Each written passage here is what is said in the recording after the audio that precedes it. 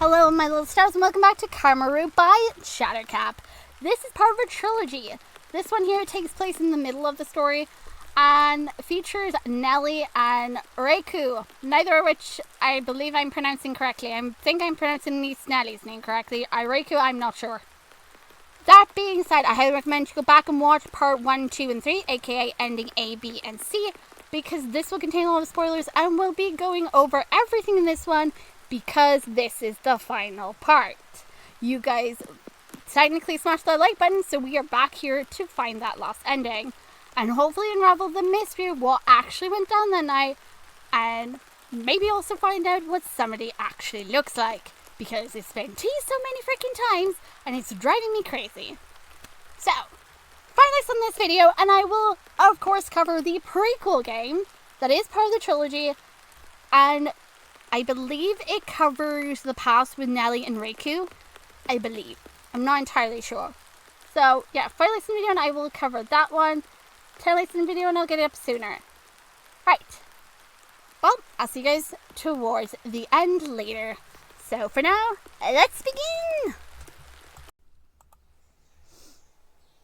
Nelli stung as she called the colds on her. Her arms were shaking, and the muscles ached so much that she struggled to grasp the handles. The hugged screams from the wheels of her bike tore through the silence that permeated the dark forest. Now it makes sense what Nelli was doing at this time. She was trying to dispose of the evidence, the body. Whether or not this was the best way to dispose of the body, by literally hiding him close to home, I'm not really sure if that was the best idea. But it's definitely a lot better than her idea of hiding the remaining pieces in the frickin' freezer. She choked for breath around the small flashlight clenched between her teeth. The light was modest, only illuminating a small patch of the road directly in front of her bike. She needed to hurry. The sun was already starting to rise. It was okay. There was only 3 pieces left. Literally just 3 minuscule pieces. Oh, how many pieces did she cut this man up into? Like, my God. She just cut him up. Now this, of course, then raises the question.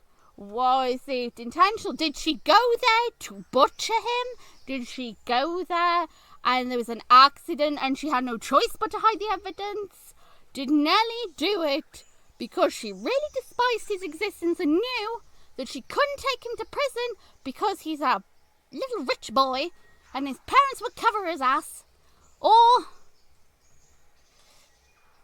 was it accidental and Nelli panicked? As we saw, Nelli's not exactly entirely smart sometimes. When she panics, I mean, she literally just went stabby, stabby, stabby at Rico, you know. And he wouldn't tell anybody, but even though all the signs were there, Nelli's a little bit naive, a little bit slow, a little bit something. Stabby, stabby. But then, of course, there's the whole thing with the knife. The fact that the knife was in there. There's some stuff that doesn't add up that really does leave me to believe Nelli went there with a purpose to kill him. I don't know if she planned to dismember him, but why was she wearing the coat? The coat doesn't make sense unless she purposely went there and needed something to wipe the blood off with. I'm just saying. The coat is a little bit sus. She came with everything. If she just went looking for evidence, why did she wear a coat when the rain was never forecasted? It's not like the coat could protect her against Ji-hoon if he went at her with the weapon. I think not. There was something sus, and it was definitely confirmed to be a coat. So, what do you think? Innocent? Manslaughter? Or literal flat-out murder? You decide. Nelli drove down her heel, patting with new vigour. She raised herself from the seat, leaning over the handles of the bike as she finally turned the pedals, going faster and faster until, obviously, she's going to go flying. Right over the handles of the bike. Which, I get it. She's full of adrenaline, she wants to go somewhere fast.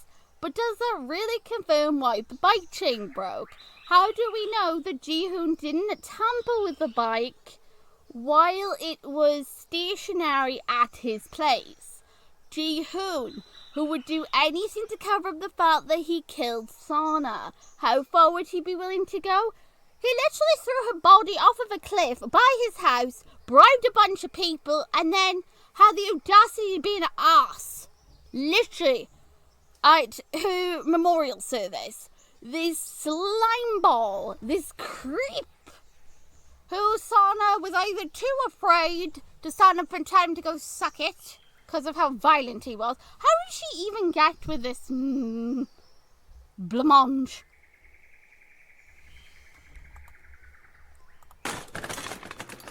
Terror ripped through Nelli as she was flung over the handles of her bike. She instinctively covered her face with her arms before she hit the ground. Her shoulder smacked against the concrete and a jolt of pain tore through the right side of her body. As you hear here, she smacks against the concrete and the pain goes through the right side. At no point here does it say she literally falls over the bike and she tumbles. So, this then goes to the whole thing. How did Nelli's knee get the skin rubbed raw, and why was the skin ripped from the other one? Rubbing it raw would mean she'd been leaning down over and over and over again frantically, because I don't think she brought a shovel to bury a body. I think Nelli was burying them by hand, and if she was, well then, when did you come with a shovel? I mean, I guess it'd be sus if you caught with a shovel, but still, sure you could have come with something. But still, that's another thing, the little alarm that went off is why exactly did it say that her knee got damaged? But when we read by here, it doesn't say that she snapped the knee into the concrete or that she rolled. It just said her shoulder smacked the concrete. Before she hit the ground, her shoulder smacked the concrete and a jolt of pain went through the right side of her body. That confirms she didn't hit the ground with her knee, she hit the ground with her shoulder. For a moment she lay on the road, trying to steady her shaky breath as the throbbing pain subsided into a dull ache. As soon as the head stopped spinning, she forced herself up on her elbows. Confirming she was on her side, on her right side the pain was, she got up on her elbows. At no point did she get up on the knees. It doesn't say anything about her knees. She rotated her shoulder. It still hurt, but she could move it without any issue. Her knees and arms stung too. At first she was going to check them for injuries, but then she stopped herself. You could say technically that, yeah, most likely that's when she did hurt her knees. But I'm still questioning, though, because we've also got the whole entire hint that there was blood on the coat. Why would there be blood on the coat? Simple. Nelli was burying body bits, didn't check that they were dripping or not, got the blood on her, and that's how it happened when she was kneeling down, when she was disposing of the evidence I present to the court. All theory 2. While she is carrying this bag, this sports bag, that is clearly not made for liquids, if the body bits have still got blood on them, then it's going to come through the bag at some point. I'm just saying. She got up on her knees and looked around, squinting in an attempt to pierce the murkiness of the early dawn light. Heart pounding, she prowled the ground all around her, and she found it, and she breathed a sigh of relief. The yellow bag that had fallen off to the side, and she pulled it close and examined it carefully. The zipper was shut tight and everything was still inside. This, of course, confirms finally to me why she didn't check inside the bag. It was important that the bag stayed closed so that no one discovered what was inside the bag, but not important enough to open the bag, because Nelli might have a weak stomach. To be fair to her, I don't imagine she managed to do this without at least vomiting once in her life. I'm guessing she probably did puke, because when she attempts to do this with the ending C with Raku, she can't do it. She literally cannot stomach it. So, yeah, there's a big difference here. Does this mean that Nelli may not be a full-blown, cold-blooded killer? Was this a justice kill? Was this an accident? There's too many things really leaning towards the fact that this was planned. that she went there with the whole idea about killing him as an option. She slammed the bag over her shoulder and retrieved the fallen flashlight before turning attention to her bike.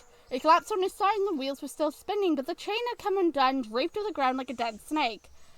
The chain broke. The position of the chain on the bike, I still question how exactly it broke if this bike is rarely ever used. We get this confirmed by Raku when he literally confirms, and Nelli does, that she barely uses this bike unless for her 20-minute commute and, the occasional shopping trip. Otherwise, this bike is left alone to just stand there and look pretty. Is it because it wasn't used that frequently? Was it just not kept well enough? I don't know. Or Nelli just really is that amazing and she broke her bike through the magic of literally falling over it once and then somehow that snapped the chain. Because I know a few people have gone over a bike and their bike did not break straight away. She picked up the chain and was strangely slack, which, when Raku picks it up, it's actually snapped in two. Sabotage? Or Nelli clumsiness? You decide. For me personally, it looks like it was sabotaged to me. Nelli. Then, of course, there's this one. Raku. What was he doing out here? We know in ending B, when we run from him, he has set up a lovely canopy of webs. He's been a very busy boy inside the forest.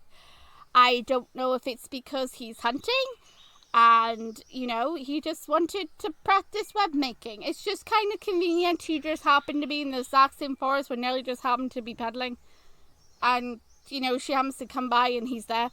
No, I don't deny how freaking fast he is because we've seen through multiple of the endings, he can move from point A to B in quite a short amount of time. And scare the cheapers out of poor Nelli. But that's fine.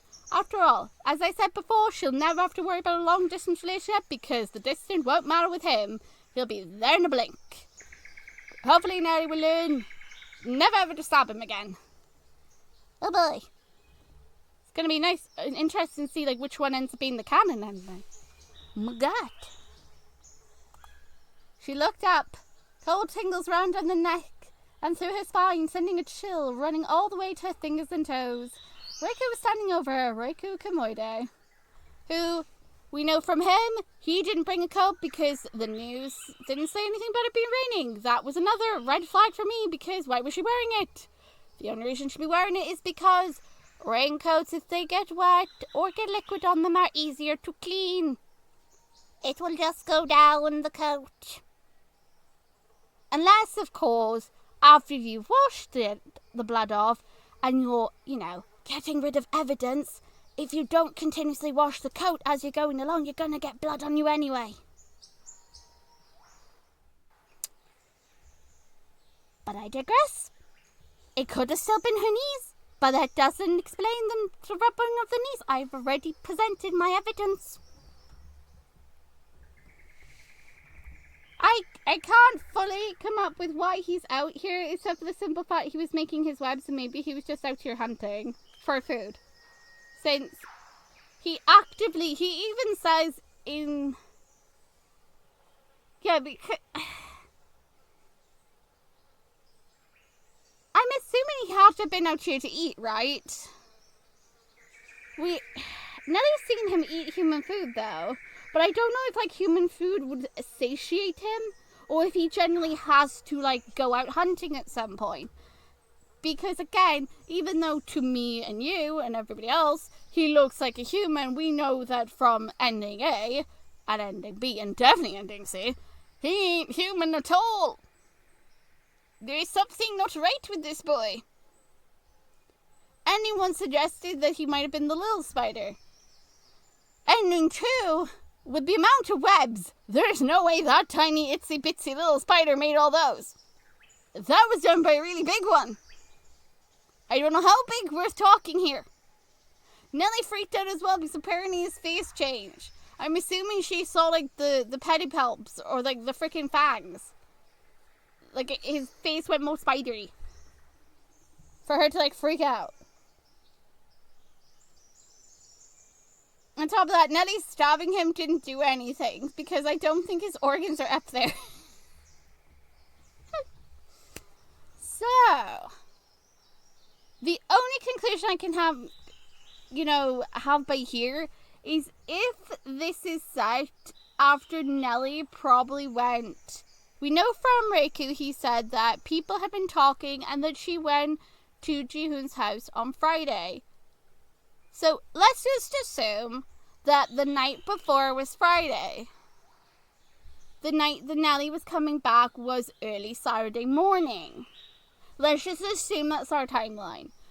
He could have hanged about by here in this section because he knew that this was the only way.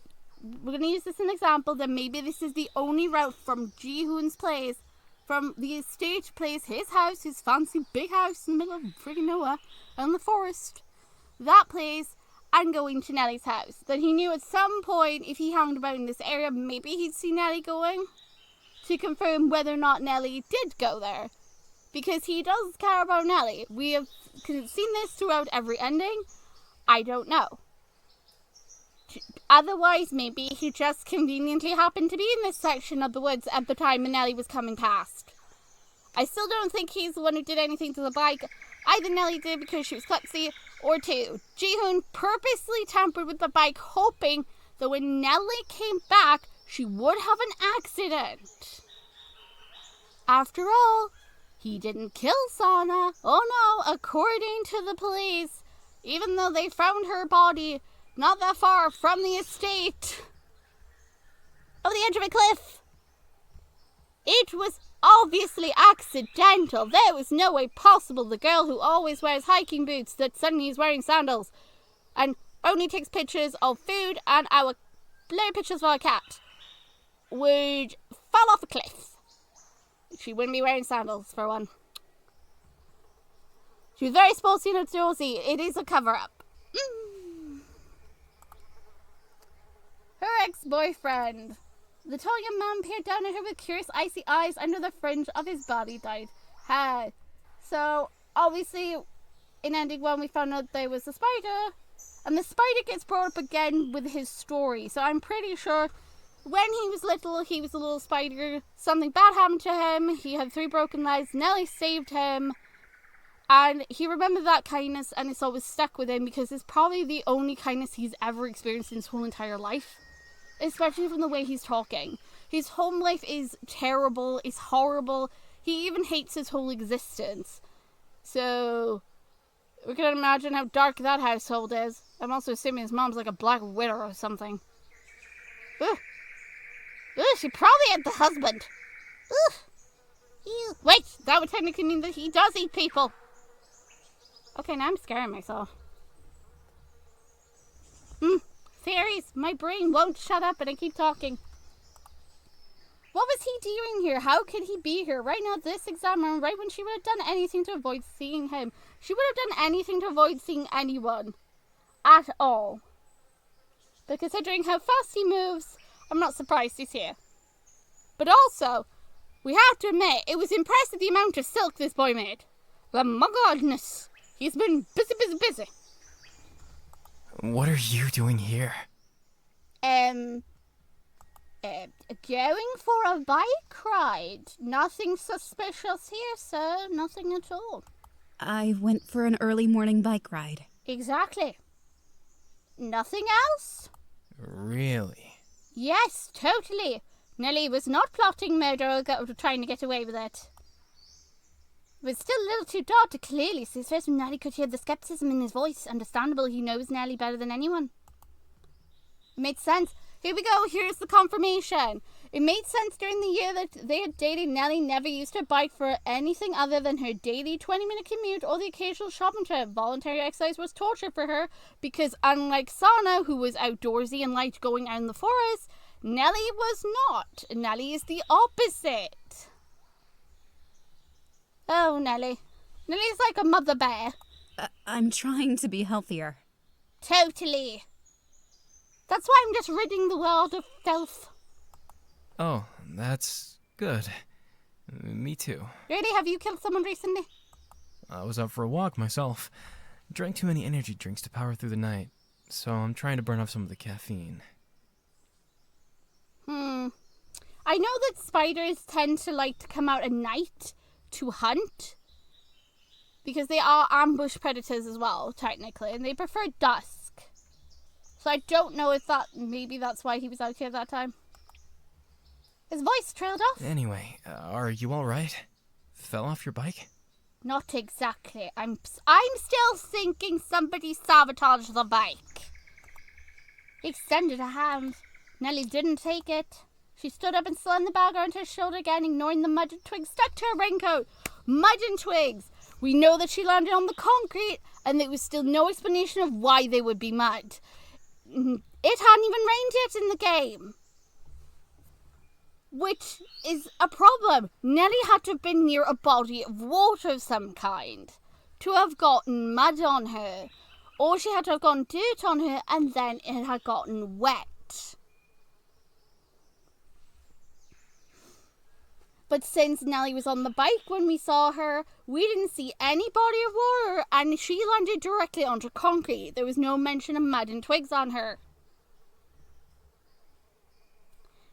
And again, had she landed on the actual concrete, and if it did have mud and twigs, it would have also stuck into the wounds on her legs. But there was none on her leggings. Aha! I have something. Proof that she didn't get them from there. But her knees were muddy though. The leggings had gotten muddy. Like a muddy bloodiness. Like a muddyish purple. I don't know if it was just from the blood or the fact she'd been kneeling in mud. I'm like desperately trying to like click everything together. My goodness. Raku smelled alcohol and retracted his hands before kneeling by her bike. Yeah, here we go. It's broken. Yeah, see, it's broken. This is the part I don't understand. Why did a bike that is barely ever used break? She tumbled, yes. But was it really a big enough thing for her to break it? I really do think Ji-hoon might have actually attempted to kill Nelli, but Nelli might have beaten him to the punch. What? He picked up the broken ends of the chain and waved them around. The broken ends of the chain. Somehow, the chain had snapped. How did it happen? Was there a rock? There was no mention of a rock. There was no mention of anything on the floor that Nelli could have hit. That the bike did. So, unless you provide me with evidence to say otherwise, I am going to, from this point forward, think Ji-hoon did attempt to murder Nelli.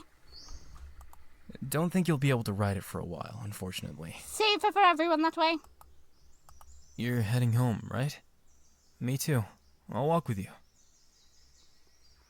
This spirit just confirms that Nelli was, going away from somewhere else and going back home. But the problem with this sequence by here, the reason why Nelli didn't want to get seen by anyone, especially by him, because now that he's seen her, that technically means that he is now technically a witness. He can confirm or deny that he saw Nelli at this time heading from the Khan mansion area. He could easily tell the police what direction she was going and at what time he actually saw her. He's a witness, which is why Nelli is panicking. Because literally her whole entire thing has been dump the boy, protect him, not get him involved, and yet look at this. He happened to be in the right place at the right time to get involved. Didn't work for Nelli, did it? And on top of that, Nelli is still carrying 3 body bits in a bag on her. Talk about awkward. Nelli's first card in the throat, she tried to think of any excuse that she could blurt out and make him go away, but she couldn't think of anything. Raku's face softened with a melodical expression. We don't have to talk. That's okay. I just don't want to leave you alone out here. Not after what happened to Sana. Ooh. She bit her lip. No, I thought it was because, the whole thing of, having a bitter memory of Sana. But it could honestly just be because Raku is really close to what she was up to. Bringing up Sana is totally connected to what's in the bag. But not what I originally thought was in the bag. Sana, her roommate and her best friend since middle school, had vanished 3 months ago. A week later, her body was found at the bottom of a cliff in this very forest manga beyond recognition, at the bottom of a cliff not far from the goddamn home of Ji-hoon. But do the police further investigate this? No, she totally 100% a local who was known for being sporty, active, always wearing her freaking boots, always being prepared. No, she totally fell off that cliff and took a selfie photo of the sunrise when she never ever took photos of the sunrise. She only ever took photos of the cat and food. God, Ji-hoon really didn't give any toss about Sana, did he? He didn't even try. He should learn to control his temper. A tragic hiking accident, my butt. Okay, well, I'm gonna say I'm alright, that's fine. Because we're not getting rid of him, doesn't matter what I say, he's coming with me, so I'll just be nice. Alright. She tried to rack her brain for an excuse, but had no good reason to say no. Raku extended a hand. Want me to carry the bag for you? Oh dear, no! Because if you carry the bag, you'll get your fingerprints on it, and then you'll get done for it. That's probably why she didn't want him picking up the bag. She didn't want his fingerprints getting on it. But unfortunately, his fingerprints are on the bike now. No. Nelli jerked away. It's heavy. I sure hope the head has been buried. I do not want there to be a freaking head in this bag. It's heavy. I don't want to bother you with it. Not to mention, if he was to hold it, he probably will notice that it feels kind of strange. And probably peculiar.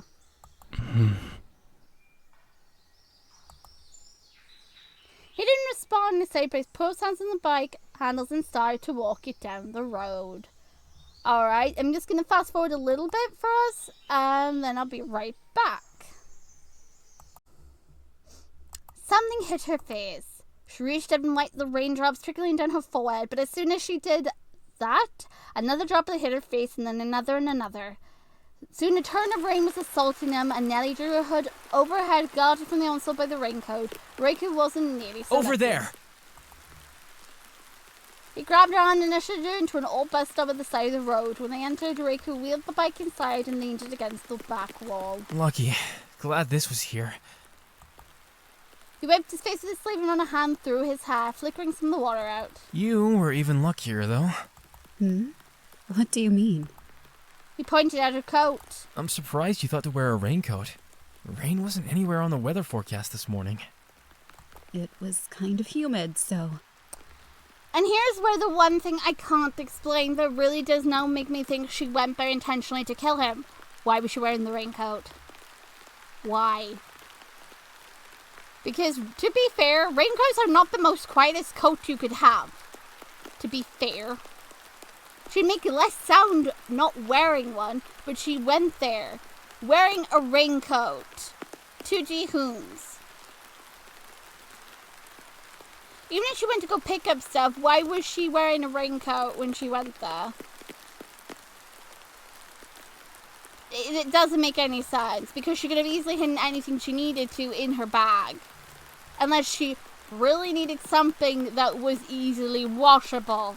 I don't want to say that Nelli did this on purpose, but something tells me that she knew she couldn't take him down even if she found evidence, and so she had to literally beat the poop out of him. Or maybe just trick him to stupidly fall backwards and then do his own end. Because that is definitely her raincoat, right? Nobody has said otherwise. That's not her raincoat. If it says like this is like Sana's raincoat, maybe she got it from the estate. But then he would have recognized it as Sana's raincoat. And then there's the whole thing when it ended where literally the raincoat disappears, and that still bugs me. It's a magic raincoat. Ricky seemed to expect that explanation. He leaned the bike to the side and looked around inside the bus stop. I wonder if the buses still come to this stop. There's no sign. Took his phone out of the pocket of his jeans and wiped it on his sweatshirt before thumbing through the map apps. No reception. Can't load anything. Why is this part by here important? Simple. Sana was always prepared when she went into the forest. She would never go someplace if she didn't have a reception. But another reason why I stopped it here is because of ending C. Nelly's so freaking lucky that he survived what she did to him. Because otherwise he would have bled out and no one would have known. Because he wouldn't have been able to get help. But considering how fast he is, I'm pretty sure he'd be fine.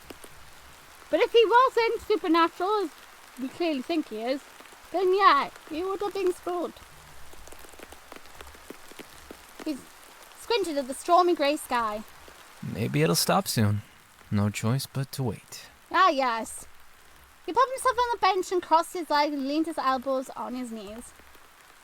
Nelly chewed her thumb, glaring at the raindrops falling all around them. How dare you! Should she leave? But she did that. He might be suspicious. And she couldn't abandon her bike here. Her bag wasn't waterproof either. Because if she left the bike there, that is proof that Nelly came this route. And the bag, if it got wet, you'd see what's in the bag. But Nelly didn't care in one of the endings because she was far too freaking terrified of someone to give a toss. So, there's that. The one part that I still cannot fully explain. She brushed off the bench and sat down too. Raku tried to hide the smile and he rubbed the back of his neck and looked all around the inside the bus stop. His gaze strained every nook and cranny before finally landing on Nelly.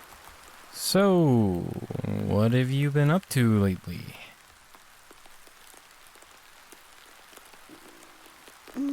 Nothing much.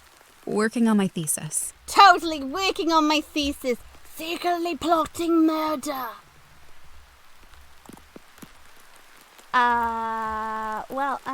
Let's just ask about him. What about you? I'd like to say I've been working on my thesis too, but I've been occupied with a personal project.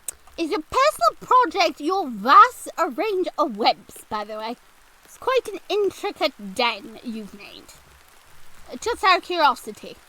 Maybe he was hoping to catch campers. Coding related? Raku was notoriously capricious with his interests.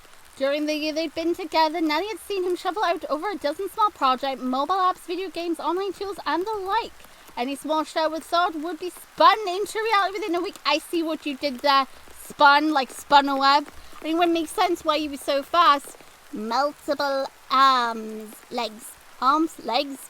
Arms, legs, what do we call them? Legs? Legs. Legs. Something a little different this time. I'm really curious if it's literally the web that he probably spent ages doing. Maybe he's practicing. A cryptic answer, but Nelly resisted the urge to probe. Well, try not to get too distracted. But I'm sure you'll finish your thesis either way. Yes. No matter how much he procrastinated, Raku always managed to submit his assignments on time with stellar results. It irked Nelly to no end. Raku smiled. I wish everyone believed in me the way you do, Nelly. I guess in your home life, your mom probably thinks you're a disappointment or something. Hey. Uh-oh. He looked up and down, brows frowning, scrutinizing the mud on her leggings and raincoat. Nelly shrunk under his attentive appraisal. Again, leggings and raincoat. She has mud on both of them. How did she get dirt on her leggings? She landed on concrete. Anybody in the classroom like to tell me? Or do you literally agree what I think? Is because Nelly was constantly leaning down in the dirt. But then she would have had to gone somewhere that was wet. Either she washed herself or she was by a pond or a lake or something. You're hurt. Huh? She looked down. She sat on the bench and the raincoat was pulled up, revealing her knees. Holes had been ripped in both of her leggings, exposing the skin underneath. One knee had small red patches where it had been rubbed raw against the ground, while others had been completely skinned. Blood ran down in dark crimson rivulets, staining her leggings a muddy purple. Nelli blinked. When she felt anything, why was it the cold or the adrenaline? You think you'd at least remember to wear trousers, woman. Raku kneeled by her knee and rummaged around in his inner jacket pocket, fishing out a small handkerchief. Oh, bless. We're just gonna fast forward a little bit, and then we'll be right back. Does it hurt? Unfortunately, all I have is this. Shoot, I wish we were at home. This needs to be cleaned with ethanol. Does that hurt? Tell me if it hurts. Again, remember in one ending, Nelli did freaking stab this boy because she thought for a moment in her blind panic that he would betray her. There are several things throughout this that confirms that Raku would never, ever, ever put Nelli last. He hated Ji-hoon. He punched Ji-hoon. So he hated Ji-hoon with a passion because he was upsetting Nelli. He's so freaking worried over her scratching her knee that he's literally having a mini panic here. My God. But also, this is sweet because if he is indeed the same Spire from the story, then Nelli hurting her legs is kind of a callback to the fact that he hurt his own legs. The only difference is his were broken. Hers are just bloody. I'm fine. She's not really. She's having inner turmoil. Nelli bit her lip again. You really shouldn't do that. Her knee didn't hurt, but the sight did. Raku kneeled next to her, worrying and tending to her scrapes and bruises like the best boyfriend ever. They'd broken up. She should have been a stranger to him. Less than a stranger. Huh? Raku tied the handkerchief around the scrape, making sure that it wasn't too tight. So I'm guessing this is the worst of the two legs that he's gone and tended to, so this one must be like the really bad one. How's that? Okay? Because she did hurt both her legs, so he's focused on the one with the worst injury. It's fine. Shut up, woman. She swallowed the lump in her throat, bobbed in place, refusing to disappear. Somehow the blood got on the outside of your coat, too. Not a lot, though. This irked me the first time, but now it does make a lot more sense. If the bag does have body bits in it, and Nelli was indeed disposing of them, Nelli wasn't paying close attention to the fact that it was dripping. Nelli, you should invest in a plastic bag.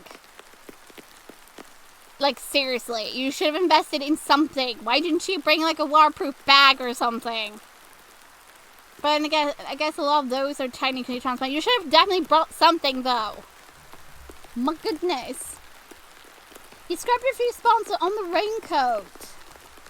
He gave her coat one last wipe with a handkerchief before getting up and returning to his seat.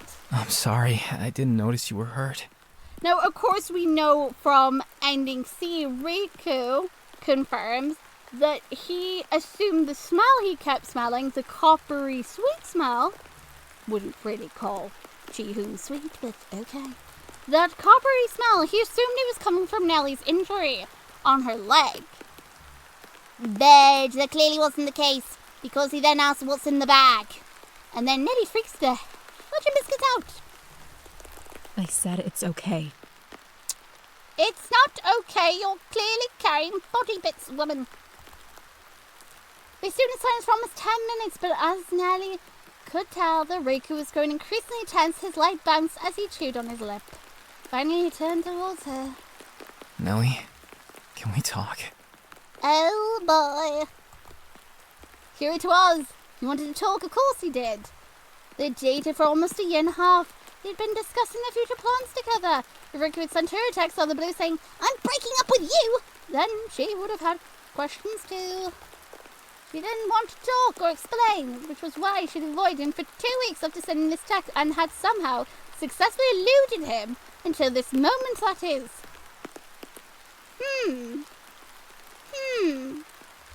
I find that suspicious that she managed to successfully avoid him, considering his speed.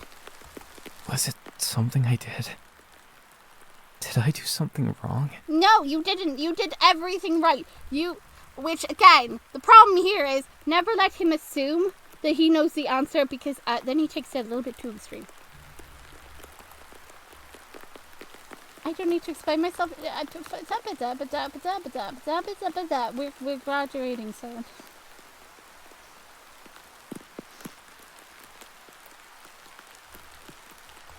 I'm gonna click we're graduating soon. We're graduating soon.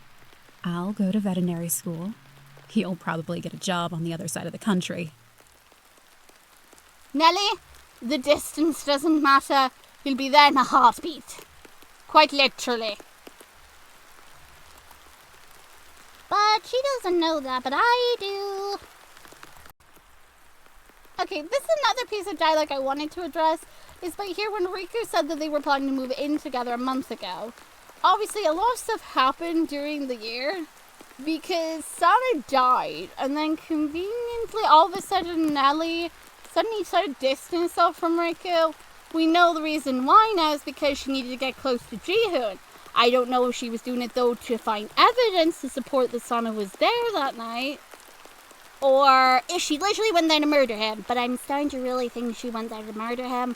But I don't know if she had it in her to do it, though. They just did. No, they didn't, and you know it, and he's smart enough to know it too.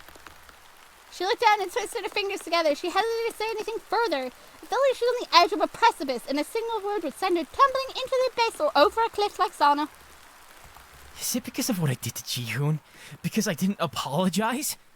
Now, this part now makes more sense to me, because in the context of Raku here, he is at the moment...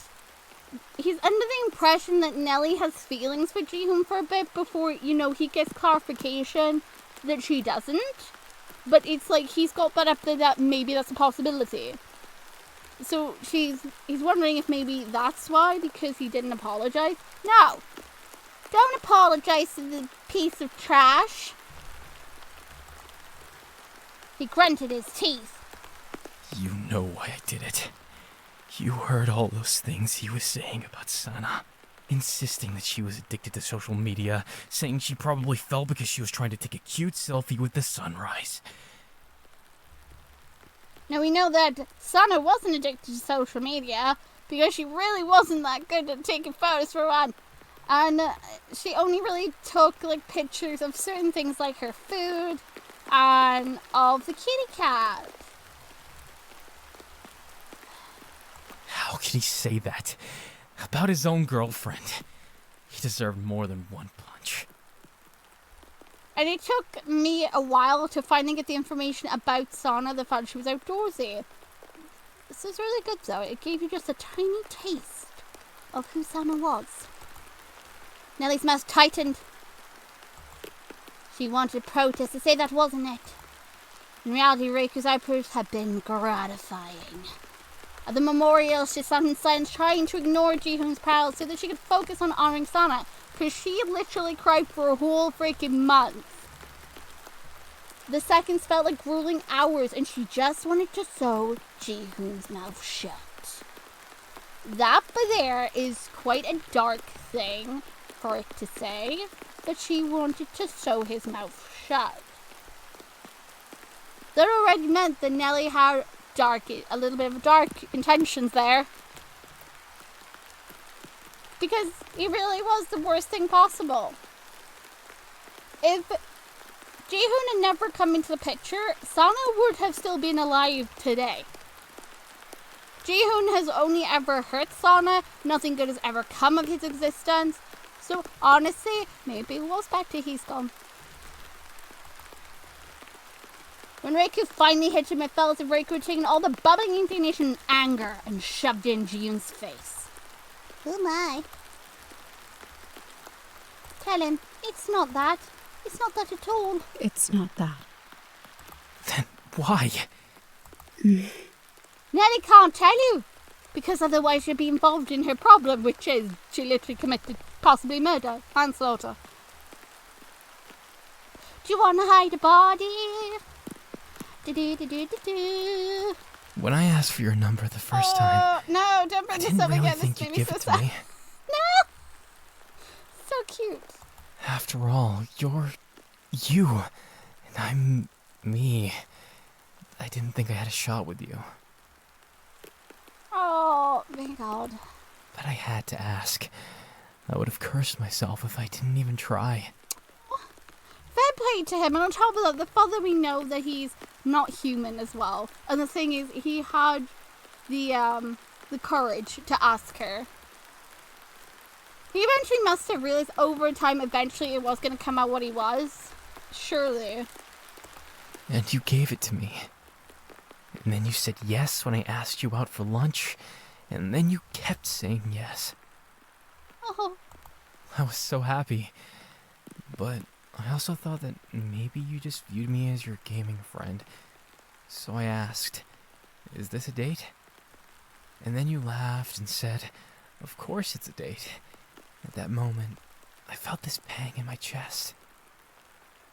Oh. I realized something. All of the messy, revolting things that had happened up until that point. The vile vulgarity of my own existence. It was because I had already spent all the luck I had in this lifetime to meet you.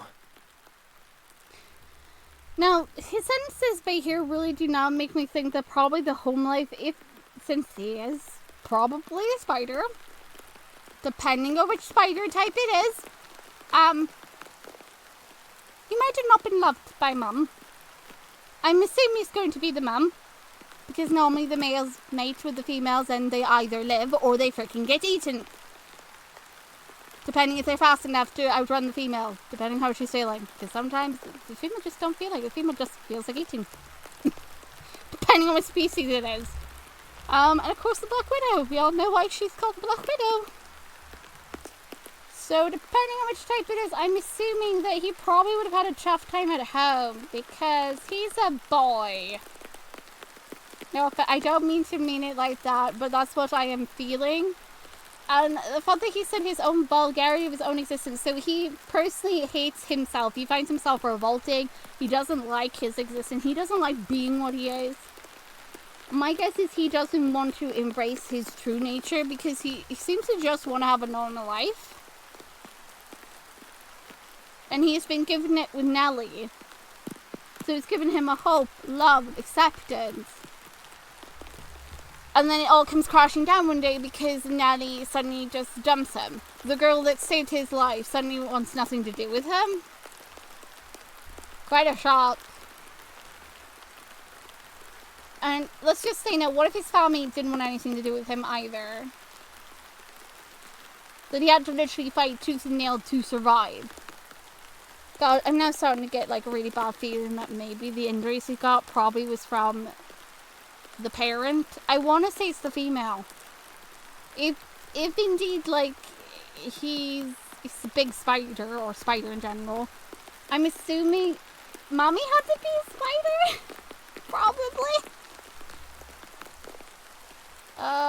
I dread to think what I'm gonna find in the prequel. Oh god. I hope I'm wrong. I'm hoping she's probably lovely. Maybe she's really nice and she's not strict or anything. And maybe the dad is like sweet, kind. No, because he said his home life was terrible. Shish kebab. I had never met anyone like you before. Even though life hasn't been kind to you, you always find room in your heart to be kind to others. People, plants, animals. So Raku, this confirms as well that Raku, I don't know, I mean this does kind of hint that maybe Raku was there during her childhood then. If he was the little spider in the story, we saw the spider in one of the endings, I'm pretty sure he was the spider. I'm going under the assumption he is. So if that's true, he was there when she was little, so he would have seen what Nelli's home life would have been like. He would have seen, like, the stuff she went through. Even something as little and creepy and disgusting as an insect. Which again, I'm going to have to point this out, you are not an insect, you are an arachnid, if you are a spider. So, you're not a creepy and disgusting little insect.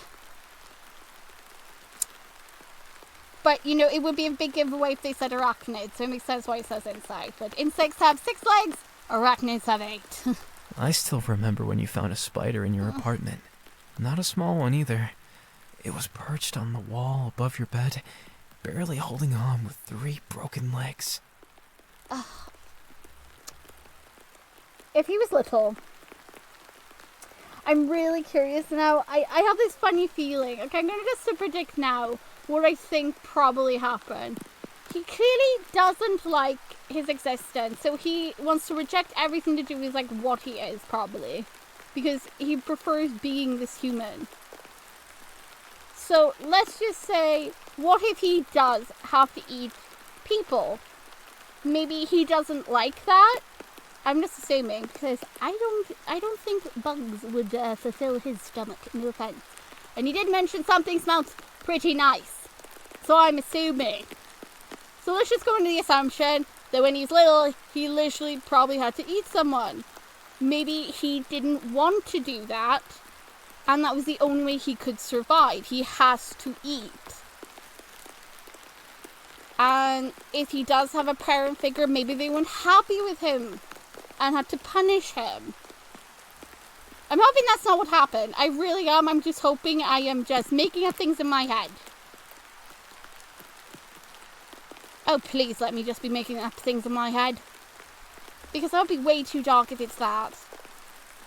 But if we're going under the premise of a spider,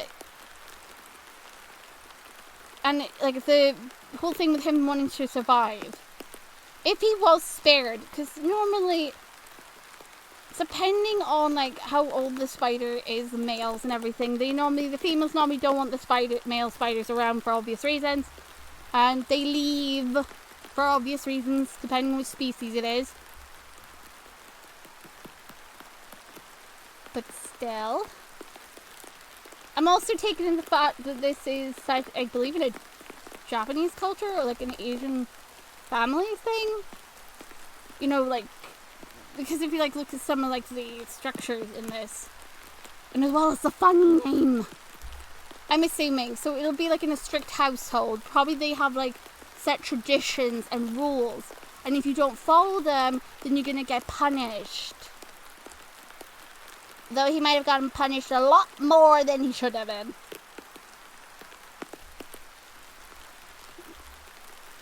Because why was he alone? Because he mentions his family, so he's still in touch with them. Maybe I'm just totally wrong. Maybe it's nothing. Maybe it's just the case, you know, that maybe the parent is a control freak. And he's like, I want you to be a doctor one day. So I broke your limbs. Or maybe he just fell. Maybe he was just climbing up somewhere and he wasn't careful and he fell. Or he got attacked by a cat. Or a dog. I'm hoping he just got attacked by something else. But he's scared of his home life. Because he broke down crying about it to Nelli. And he explained how they've got inhumane, like, something about the expectations. They weren't fair about what they were expecting him to do, and he wasn't comfortable with it. That's why I really do think that they might want him to embrace what he is, but he doesn't want to be the monster that he is. So he clearly hates everything about himself. But Nelli makes him feel good, makes him feel accepted. I probably am totally reading him wrong, though. You reached out and caught it in your hands. It would have been so easy to squish it right then and there. But you didn't. You opened the window and let it go. So for there, he experienced mercy and care. He probably never had that at home. At that moment, I knew you were special. Really special. It could also be because Nelli's personality hasn't changed, even though whatever like bad stuff she went through at her home life that we did get hinted about, it was pretty bad at home. But none of that really changed how kind Nelli was. She kept staying true to herself through it all. And he admires that about Nelli, I think. I don't remember that at all. Did I do that? This also proves how much he cares about you because he remembers small things. Raku laughed. You did. I guess you wouldn't remember. It was such a small thing. But I remembered. And the way he says it with so much affection. Raku turned towards Nelli and slowly extended his arms around her. She stiffened slightly, but she didn't push him away. Oh, because she doesn't want to. Because to him, he's special, and to her, she's special to him. You know how you go through life, and you meet all these different people, but none of them really know you. You'll meet, and you'll talk about what movie just came out, or what assignment is due next in class, or what food they're serving in the cafeteria. But you can never tell them about the real you. It's like you brush together for a second, and then the next, you're each going your separate ways. And your life isn't any different in the end, because they didn't really know you. To be fair, does Nelli know the real him? I mean, he literally turns into something else that isn't human. But you're different, Nelli. You know me. Not literally, she doesn't. She doesn't know what you really are, does she, though?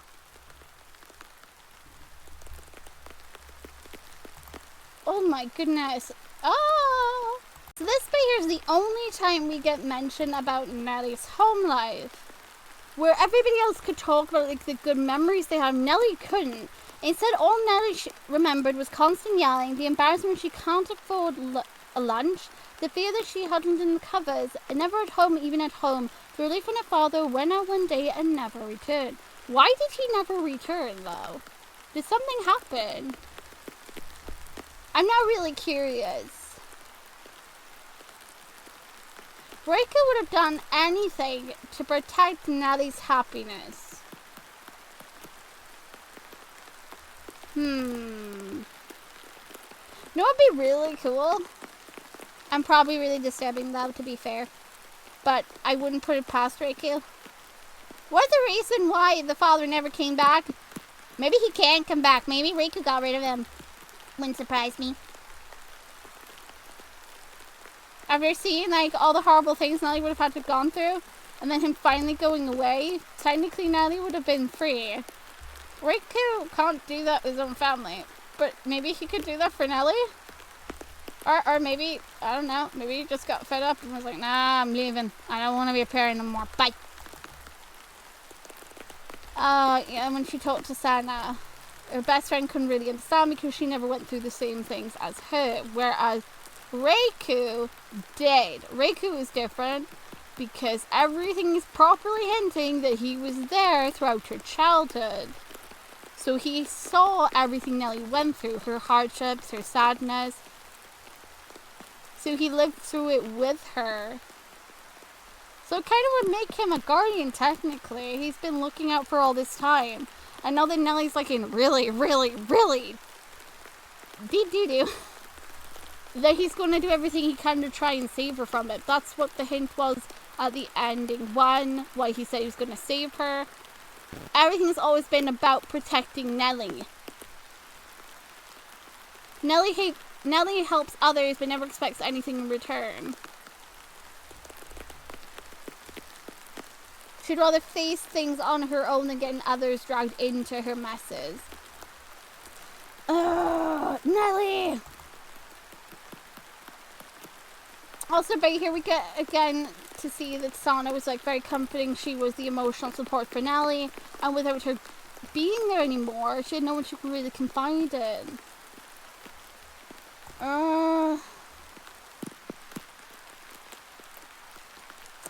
Nelli stopped talking altogether. That changed when she met Raku. It wasn't some dramatic encounter.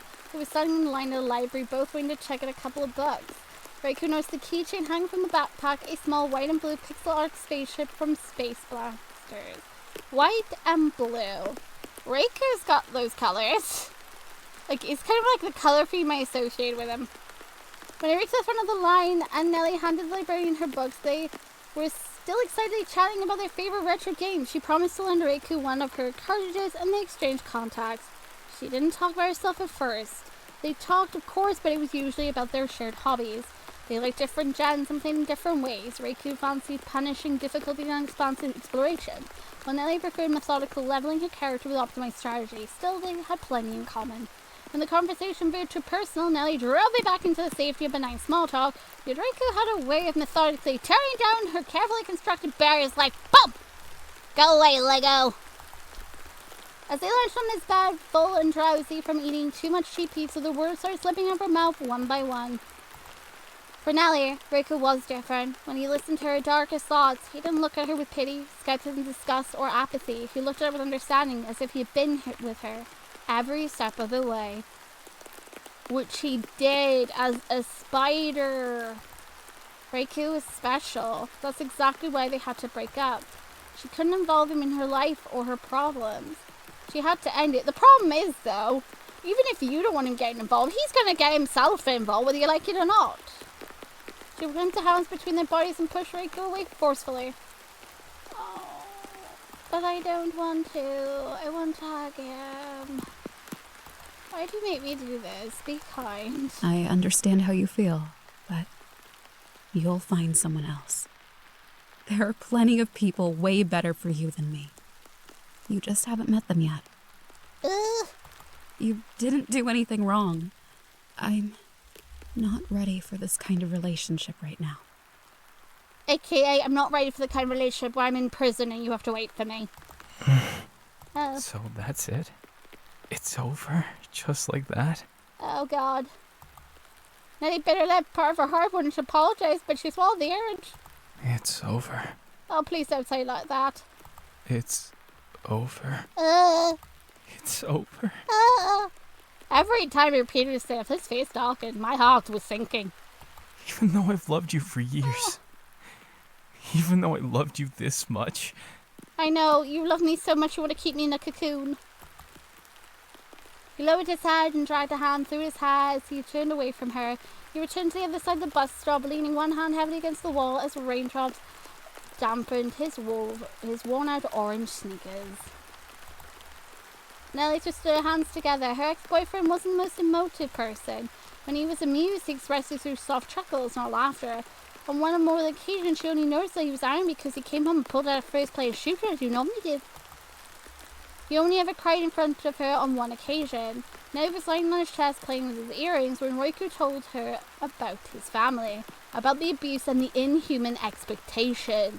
This is where I really think they want him to embrace what he is, and he doesn't want to be that. He probably doesn't want to follow in their traditions or be like them, because Raku's not evil. He's a guardian. That's the way I can really picture him. He's like a really over-the-top protective guardian. You could tell that he was deliberately holding back the darker details, but expression told her enough. She nuzzled against his neck and kissed his cheek and whispered, "You don't have to be who they want you to be. I love you no matter who you are." In quotations, no matter what you are. When he heard that, the tears started to flow. They gushed down his cheek effectively and unrestrained, and he pulled her in because he repeated thank you over and over because he finally heard the words he wanted to hear. Someone to tell him he doesn't have to be what they want him to be. He can be whoever he wants to be. Seeing her ex-boyfriend now strongly reminded Nelli of that evening. Raku's reaction squeezed her heart painfully, but she couldn't worry about him right now. She had bigger problems at hand, including body bits in a bag. He straightened. When he stood in front of her again, there was something different about his expression, something colder, something resolute, as if he had some sort of decision during his morose period of introspection. I heard about you and Ji-hoon. I've seen you two around. Were you spying on me? Prickles ran up Nelli's spine. Oh, shit. We're in the same department, in a lot of the same classes. It would be stranger if we didn't spend any time together. I've been helping him with his thesis, too. I swear, it's just coincidence. People have been talking, saying that you took advantage of your best friend's death to cozy up to her rich boyfriend. Like she would ever get cozy with him. They said that you two spent a lot of time together, that you went to his house on Friday. Oh shit. At first, I was devastated. I thought, of course she chose him over me. He's tall, handsome, rich, athletic. See, this is where the issue here is when he says that he is tall, athletic, and rich. Those are the things that really jump out to me. I don't give a shit about him being handsome.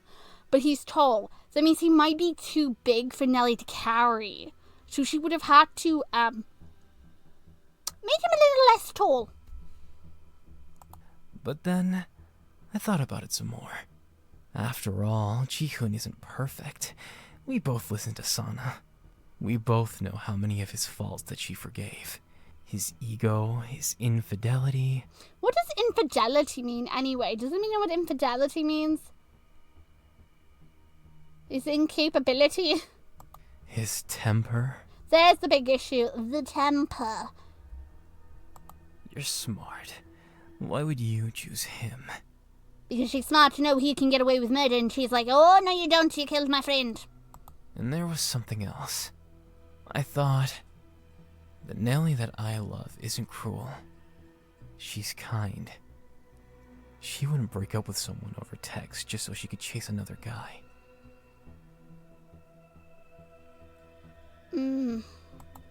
I wondered, why would she do that then? Why would she break up with me so cruelly? Cut me off without another word. He says that, he gets this, like, smirk on his face that has me like, oh dear. Maybe it was because she was planning something. Something where she didn't want anyone else to get involved. Oh shit. Something bad. Hey now, just trying to, like, you know, sneak around and get evidence probably isn't all that bad unless I'm caught and then I'm literally forced to murder the boy. Sana's death was always a little strange, wasn't it? Yes, it was, especially since she was found freaking at the bottom of a cliff. She was the most outdoorsy out of all of us. Ugh. She went hiking and camping all the time. She visited these woods constantly. Yeah, she did, didn't she? She was always prepared. She never went anywhere without her hiking boots. So why was she found wearing a pair of wedge heels? Personally, I would have just started wearing a freaking helmet, knee pads, elbow pads, a chest plate, everything. If I knew how bad he was, I would just constantly be wearing something or have pepper spray with me. Or bear spray. Spray Ji-hoon in the eyes. If he tried anything. Considering how often he's been, like, horrible to her, I'm surprised she didn't think of, like, having something on her just to deter him. And she fell off a cliff trying to take a selfie? That Sana?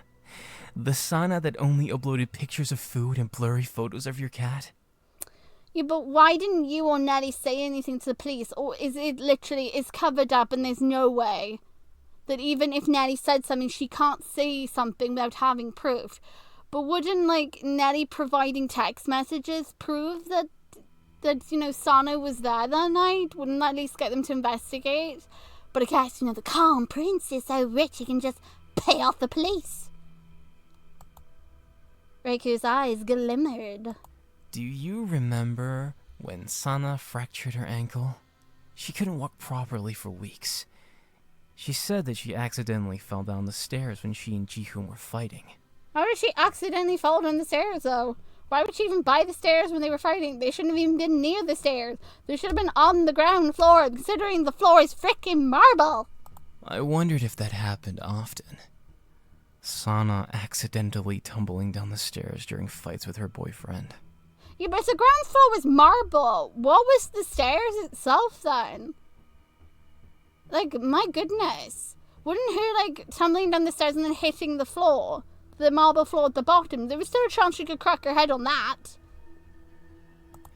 Maybe on the night of her disappearance, she accidentally fell again.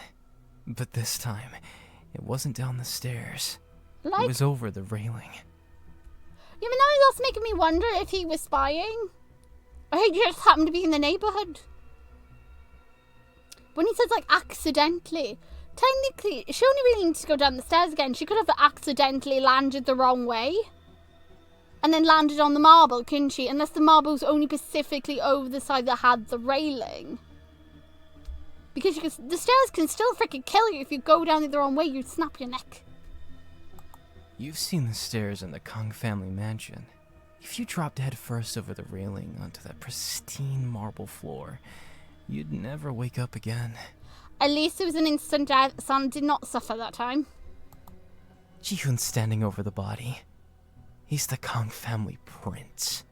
He can't be involved in something like this. His life would be ruined. Oh, so what? Am I supposed to feel better that he didn't attempt to kill Sana? That he was just got too angry, so he's like, whoopsie poopsie, wee, boink. Girl's dead on the floor, and he's like, oh shit, quick, hide the body. He still technically killed her, accidental or not. And the way he was acting towards her, I don't think he really cared. I think he was just relieved when she was finally gone. So he takes her body to a cliff near the house and drops her off it. She didn't die at his mansion. She died while hiking by herself. Too easy. Not really. Ji-hoon is not the smartest cookie in the box, is he? Because if he was, he'd know that the story doesn't make sense with Sana because of her personality, what she actually used on her phone, what photos she would take, as well as what she should have been wearing. He really sucks at covering up a murder. Or an accident. He sucks at it. No wonder he needed help with his thesis. After that, all he had to do was ask a few of his friends to cover for him. They're too eager to lie to suck up to the Kong heir. I wonder how that conversation went. Hey man, do you mind if you cover for me and say it was like with you on the night in so-and-so? Isn't that the night Sana, was killed? Shut up. I'll give you more money. Okay. Anything for you. But there was one snag in his plans.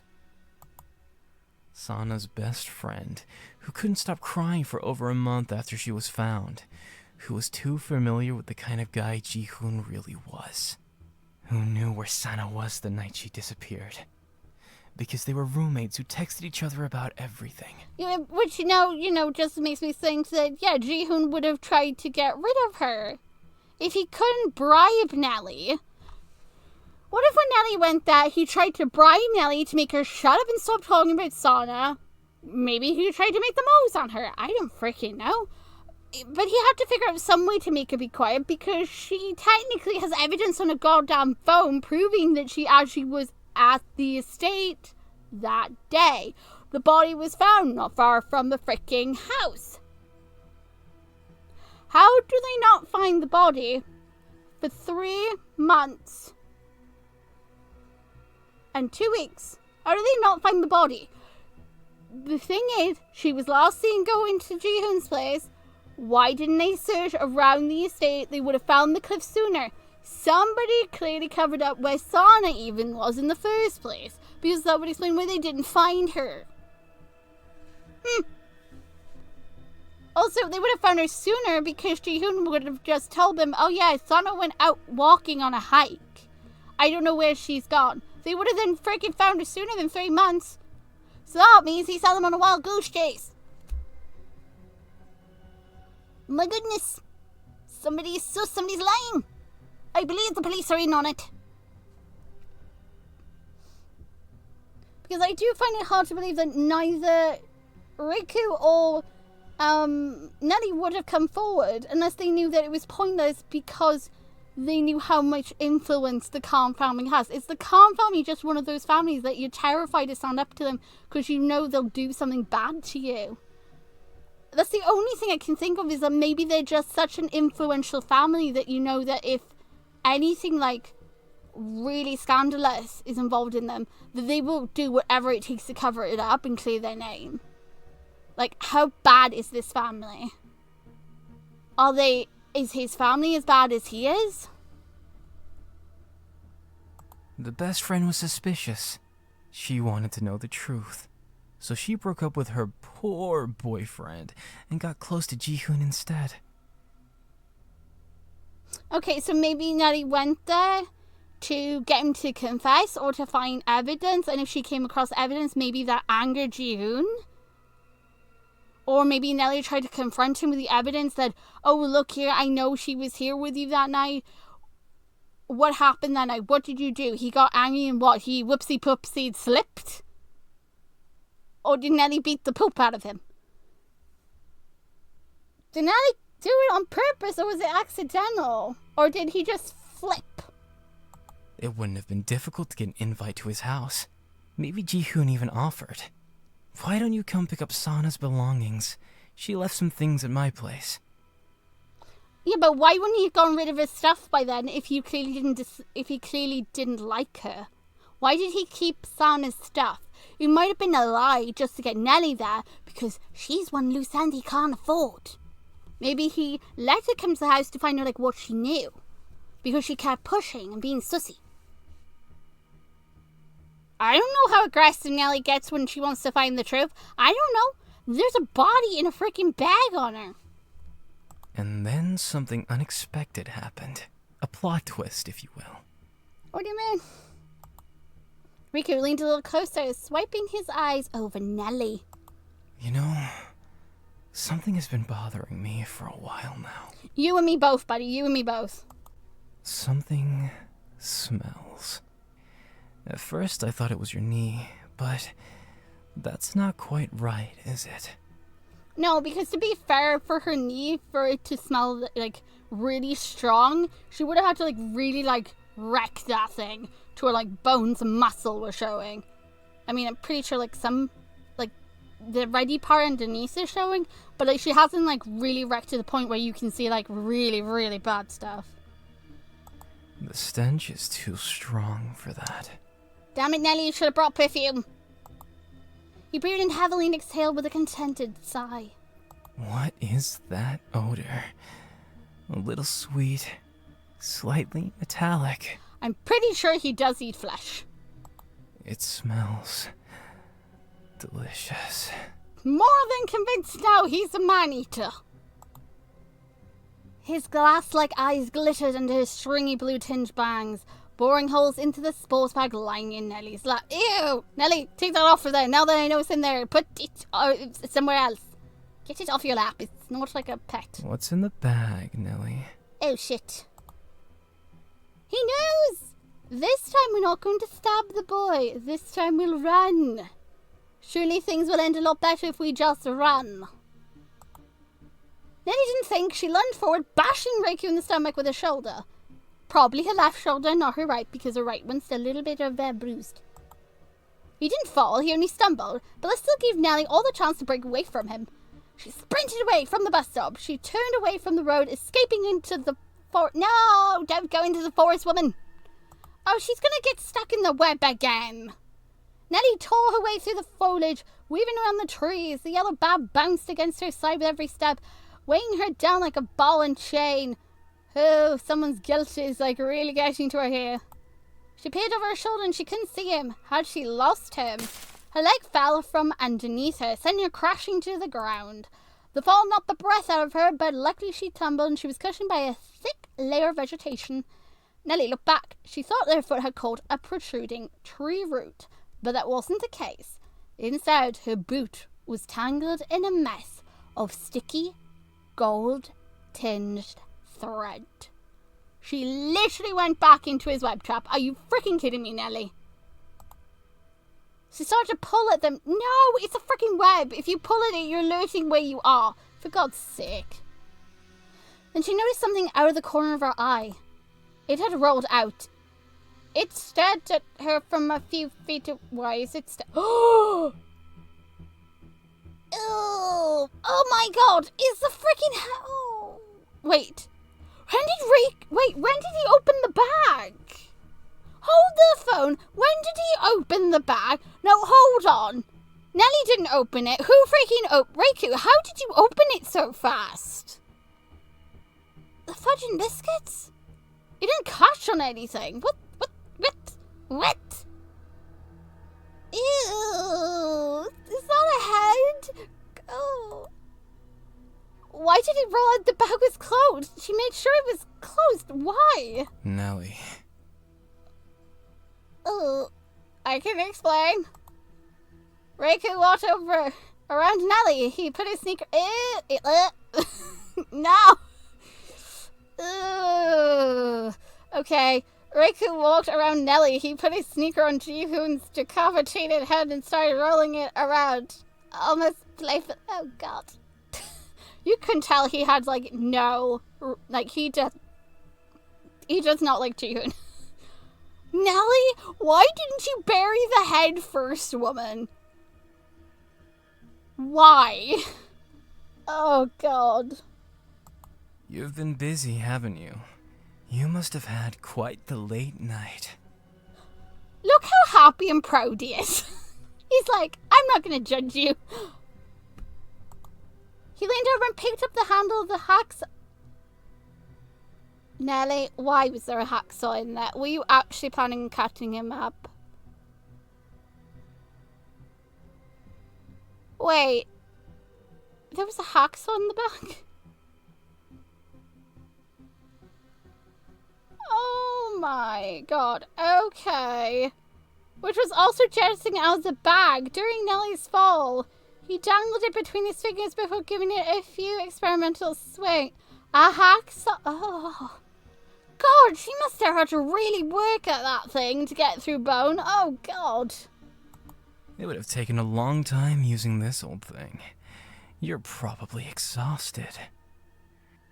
Where did you get it, Nelli? Did you bring it with you? Was it at Jihoon's place? Jihoon didn't cut up freaking Sana. Why did you cut him up? Again, I think the reason being is when he got killed, or when he died, he was too big for Nelli to hide him anyway. So she would have had to cut him up because I'm pretty sure he's bigger than her. He weighs more than her. He's taller than her. It would have been impossible for her to drag him without leaving imprints on the ground, whereas Sana probably was much lighter and he could easily pick her up. But still, couldn't she have gone rid of the head first? My god. He tossed the hacksaw back in the bag and retrieved the knife. He ran his index finger along the edge, scrutinizing the reddish hue that rubbed off onto his fingertip. I wonder, was this your plan all along? Or was it an accident? That's what I want to know. Was it an accident or was it intentional? Because she brought a raincoat, which would then suggest that it was preemptive, that she planned to do it. But the way Nelli is acting makes me think that she wouldn't have initially gone to the length of trying to, cut him up. She's kind and caring to creatures, animals, and people. So, did she do it because she knew he would get away with it? There was nothing she could do? And that she wanted justice for Sana because nobody else was going to give it to Sana?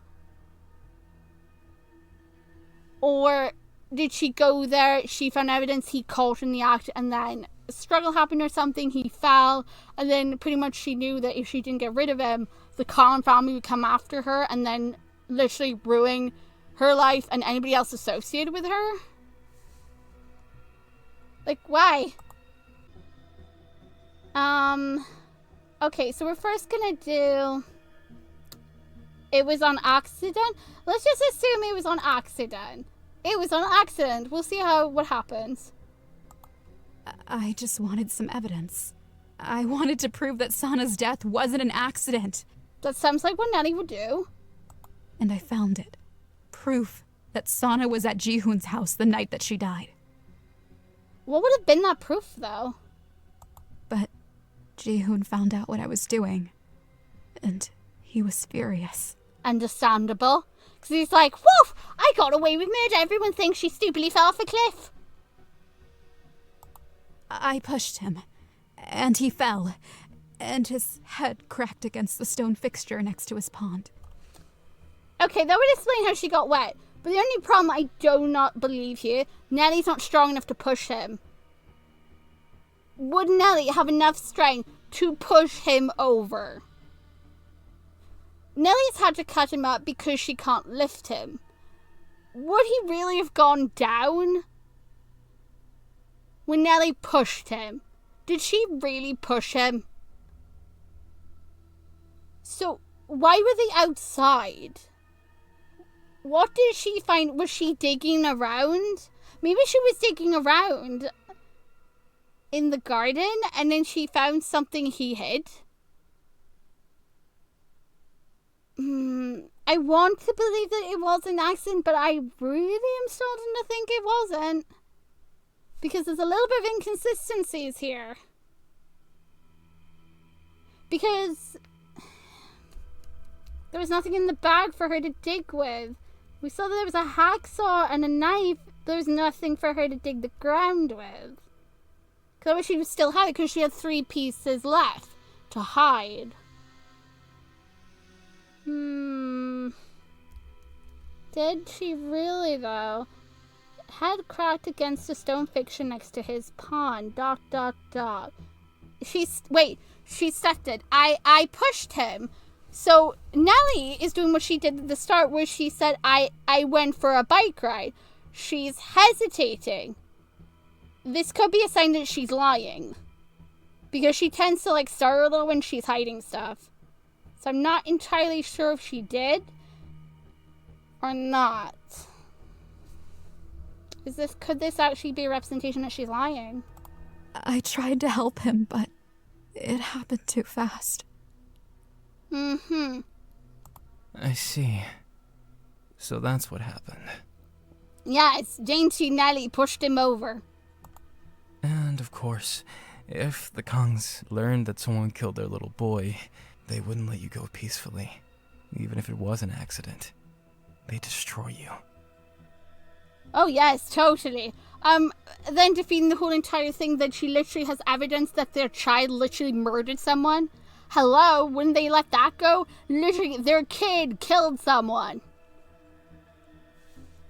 So what? Because he freaking dies, suddenly he becomes the priority? No, the whole entire thing's about Sana. Stop making it about the other one. The pale young man sighed before stooping closer to Nelli. You know what you need to do now, right, Nelli? Do not make her get rid of you. And what's that? What do I need to do? Please don't. Please don't. Please don't. Raku flipped the knife around, extending the handle to... No! Why are you pointing it towards you? He forced it between her fingers and folded his hands around... Oh, please, no! Raku, no! What you've been doing all along, of course. You need to get rid of the evidence. Ugh, because he's a witness. No, Raku, no! Nelli didn't move. Raku squeezed her hand and forced her to inch the knife closer to his throat. What? Why are you smiling about this? Nelli struggled, but Raku's grip was too strong. Jesus Christ, why? What are you doing? Stop! Come on, you can do it. You've already done it once. The second should be much easier. There's a difference, though. She hated his guts. She loves you. So, she's not a killer. She can't do it. Nelli tried to kick him away, but Raku pressed his legs onto her feet, preventing her from kneeing him in the... Oh, for God's sake. Come on, man. I'll do anything for you, Nelli. Everything I have is yours, including my life. What if I don't want it? The tip of the knife dug into the collar of his turtleneck, piercing the fabric. Oh, God. Stop it! Nelli jerked her arms backwards and to the side, throwing Raku off balance. He released his hand and braced them on either side of Nelli to avoid toppling onto her. The knife dropped into the grass next to them. For a moment, Raku hovered over Nelli, breathing heavily. She hesitated before daring to look at his face. He was grinning from ear to ear. Near-death experience, apparently he's really happy about that one. He leaned over and picked up the knife before standing back. He turned around and dropped the knife back into the bag. I knew it. You tried your best, but you're not a bad person, Nelli. You're not a criminal. You're not made to do things like this.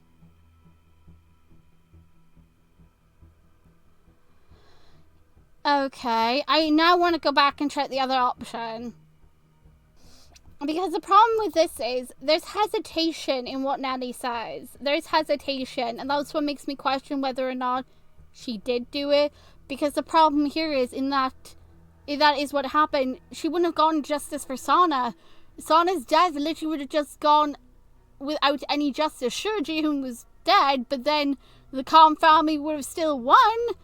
Because, what does it matter? Nelli killed the boy. it would just be about how she killed the Can Prince instead of, being just about Sana. Not to mention, I really wanted her to kill him. As bad as that sounds. I also want to know what he thinks if she does. So let's see what the other option is.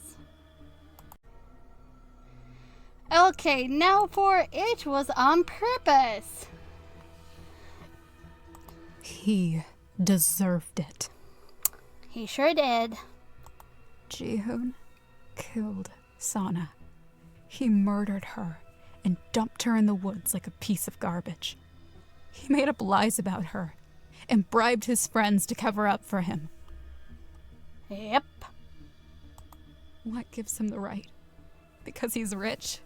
Because his family is powerful? That means he can get away with whatever he wants? No, it doesn't. He shouldn't be allowed to. He made Sana's life hell up until the moment he stole it from her. Ugh. Do I blame him? Even if I get caught, I don't regret anything.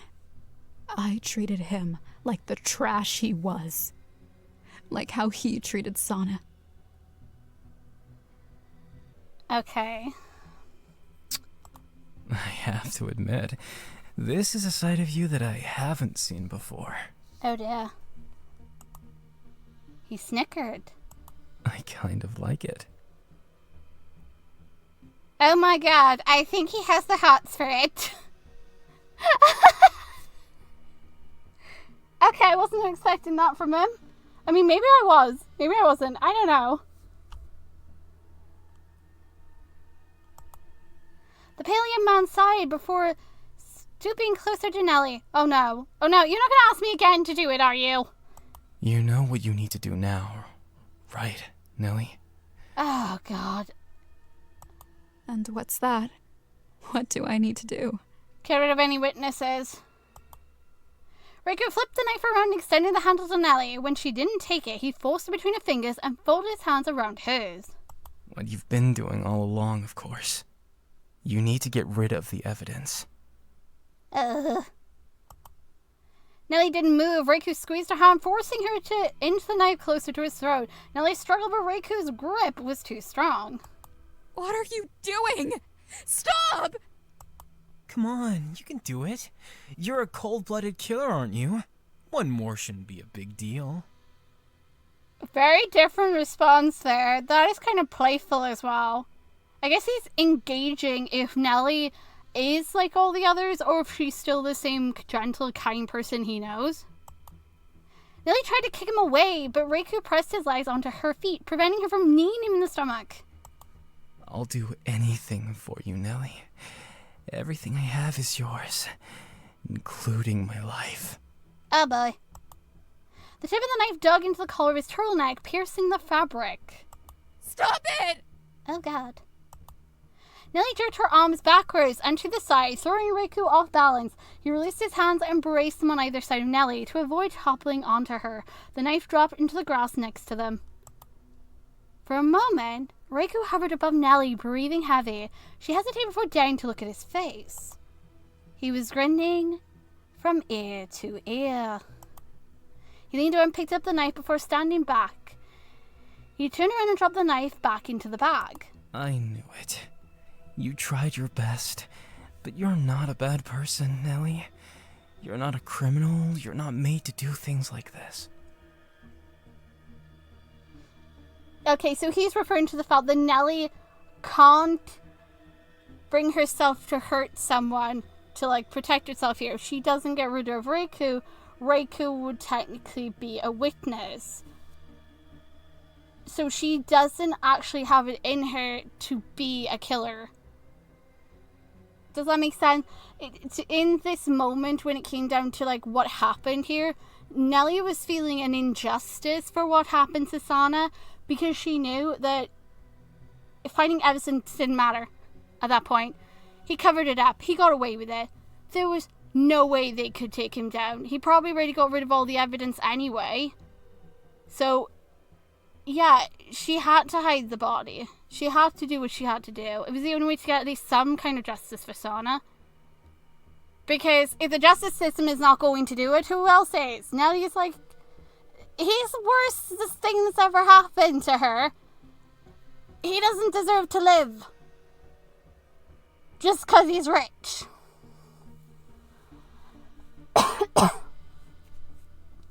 Now the question is, which ending is true, or are they both technically true? The raincoat part still bothers me. That's why I'm leaning more to the fact that she probably did do it. Maybe she did go there originally to find any evidence. And then when she realised that he wasn't sorry for what he did, that he wasn't going to admit it, that he wasn't going to stop what he was doing, that she finally snapped. Maybe he just laughed in her face about what happened with Sana, and he probably told her, oh, well, she got what she deserved for being stupid or something. And it rubbed Nelli the wrong way. Maybe he aggravated her. He pushed her to it. He gave her no choice. Now the question we all need to ask, which is correct? Was it intentional? Was it accidental? Was it right for Nelli to kill him? I personally think Nelli had every right to kill him. Because, to be fair, there is no way in any of those two options that we got there with what was said, was Nelli going to get away with anything, to be fair to her. Ji-hoon wasn't remorseful. He wouldn't admit that what he did. He had too much to lose. And he valued his wealth and his reputation more than valuing somebody else's life. Somebody else who went and got in a relationship with him that he's supposed to love and care for, only to not only drag her through the mud, but to treat her so poorly when she's gone. It is horrible, disgusting, and the fact that he got away with it. We've also got proof that obviously the investigation didn't go far, did it? People were covering stuff up. The police could have even been in it, considering how wealthy the family was. Even if Nelli found evidence, when it came to when she said it was accidental and we heard the response on what Raku said, it confirmed that even if she found evidence, it didn't matter. If Ji-hoon dies, he becomes the priority, and then the whole thing with Sana just gets left in the dust and forgotten because he takes priority. He's from the rich family. He's the thing that people are going to focus on. Not that he actually killed the girl. It didn't matter at that point because Nelli accidentally took his life, apparently.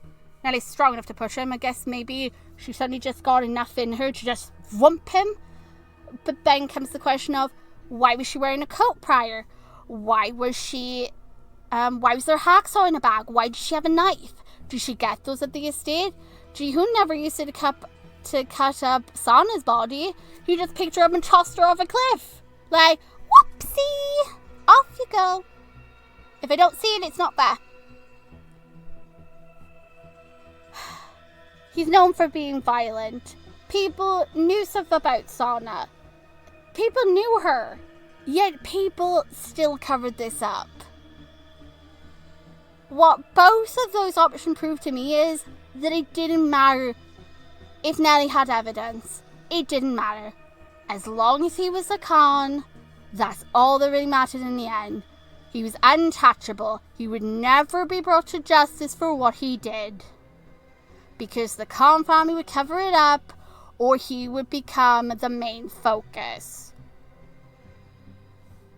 So, if Nelli went there, probably originally Nelli might have gone there with the intention of getting the truth. And then if he was resourceful, maybe she wouldn't have gone ahead and killed him. But she knew better. Maybe she brought the knife with her. Okay, let's go into the pretense maybe Nelli did bring the knife with her as a precaution in case he turned on her because she had the suspicion that he would try to kill her. But why would she bring a coat? The coat is the only thing I can't explain. Because the weather didn't say anything about it. She claimed humidity, but I claim she's lying. So, either she's got a good sixth sense or... Okay, so in terms of why Nelli would be wearing the coat, the only other reason I could think Nelli be wearing the coat is maybe she assumed Ji-hoon threw the evidence into the pond, but then wouldn't she have worn gloves instead? And wellies instead of boots? This is why I don't understand, unless she was jigging, but why would she wear a raincoat? That's the only part I can't make sense of, is why she was wearing it.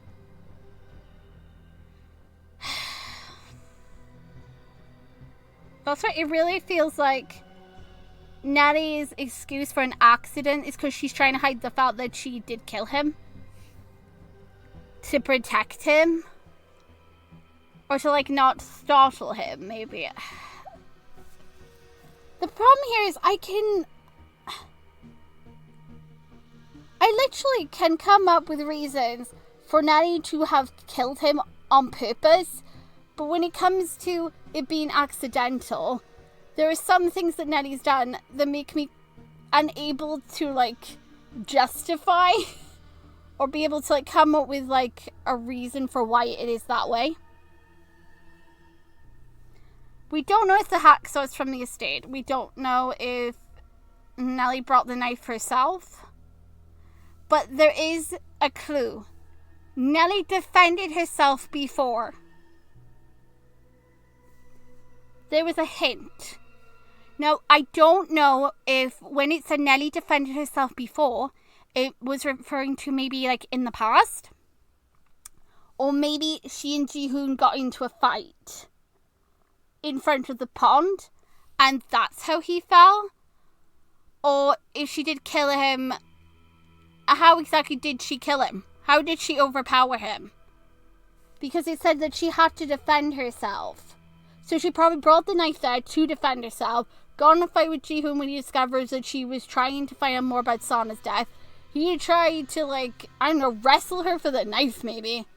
And one thing led to another. He maybe fell or Nelli pushed him.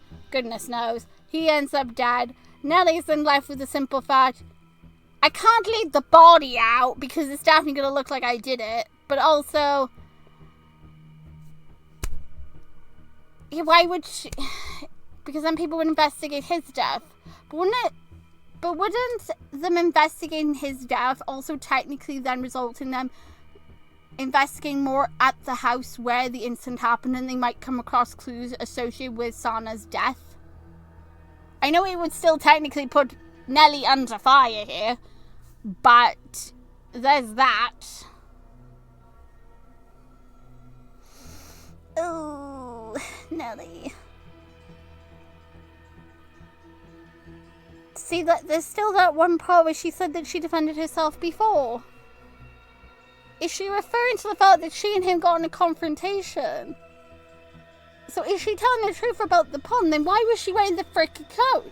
Was she trying to find the frickin' thing in the pond? If she was trying to find the thing in the pond, why wasn't she wearing gloves or had a net with her? Okay. That's one thing. I think that's pretty much everything I wanted to add there with, like, my conclusion or my, like, ideas of stuff.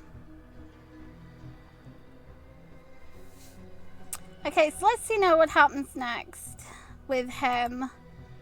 But seriously though, let me know, do you think Nelli did kill him on purpose, or do you think that Nelli got in a confrontation with him and it was accidental?